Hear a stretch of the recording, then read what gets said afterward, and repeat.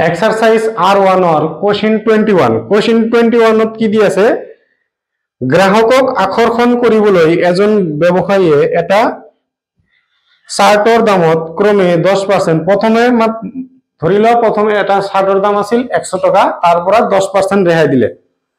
কিমান হল 90 টকা তাৰ ওপৰত আকৌ 10% ৰেহাই দিছে কিমান 10% ৰেহাই দিলে কি হ'ব 9 টকা তেনেহলে 81 ৰ ওপৰত আকৌ 5 টকা তেও ৰেহাই দিছে তেনেহলে তিনিওটাৰ সমতুল্য ৰেহাই কি হ'ব সো আমি ধৰি লও ধৰা হল ছপা মূল্য বা এমআৰপি যে লিখা থাকে ধৰা হল বস্তুটোৰ ছপা মূল্য বা এমআৰপি যে আমাৰ লিখা থাকে হেতু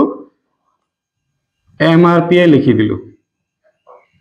ছপা মূল্য বা এমআৰপি 100 টকা ধৰি ললো ঠিক আছে এতিয়া কি হ'ব এতিয়া বস্তুটোৰ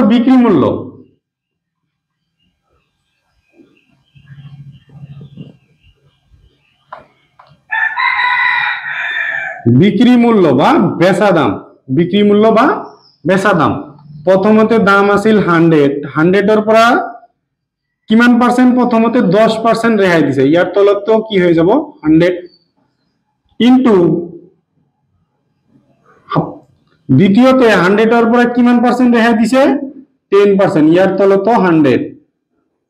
থাৰ্ড টাইম কি কৰিছে 100 ৰ পৰা 5% ডিসকাউন্ট দিছে তেনেহলে তলত 100 হৈ যাব এতিয়া আমি ক্যালকুলেশন কৰিম 100 আৰু 100 ক্যান্সেল 100 ৰ পৰা 10 গলে কি হ'ব 90 ইনটু ইয়াতো কি হ'ব 90 তলত 100 ইনটু ইয়াতে কি হ'ব 95 100 ৰ পৰা 5 গলে কি হ'ব 95 তলত থাকিল 100 এটা 0 ক্যান্সেল এটা 0 ক্যান্সেল এতিয়া আমাৰ উপৰৰ কেইটা ইনটু কৰিব লাগিব 9 আৰু 9 ইনটু কৰিলে কি হ'ব 81 ইনটু 9 5 ডিভাইড বাই তলত কিমান থাকিল 100 থাকিল ইনটু কৰিছাম আমি 5 ইনটু 1 কিমান হ'ব 5 ইনটু 8 কি হয় 40 হৈ যায় এক ঘৰ ক্যান্সেল 9 1 jar 9 9 8 jar 72 তেনেহলে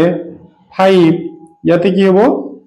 9 ইয়াতে কিমান হ'ব 6 ইয়াতে হল 7 উপৰত থাকিল 7 6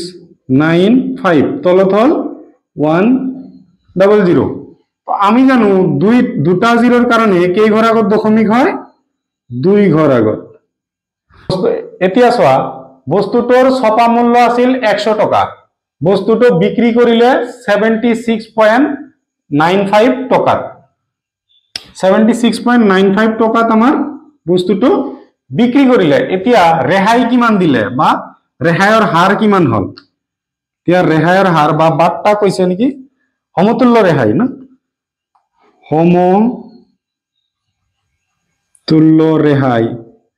সমতুল্য ৰেহাই কি হ'ব 100 minus 76.95 ইমান কি হ'ব পার্সেন্ট এতিয়া সো 100 ৰ পৰা এটো মাইনাস কৰিব লাগে বহুতৰে এটো কনফিউজন আছে 100 ৰ পৰা কি কৰিম 76.95 এনেকে বহাব লাগিব এনেকে নহয় কিন্তু যে 7695 ৰ পৰা 100 মাইনাস কৰি দিলো এটো নহয় কিন্তু এনেকে বহাব লাগিব ইয়াতে তো খালি ঠাই আছে ইয়াতে দশমিকৰ পিছত আমি নিজৰ ইচ্ছা মতে যিমান জিৰো লাগে আমি দিব পাৰি তো আমাৰ জিৰোৰ পৰা তো 5 না যায় ইয়াৰ পৰা ধাৰ লব লাগিব ন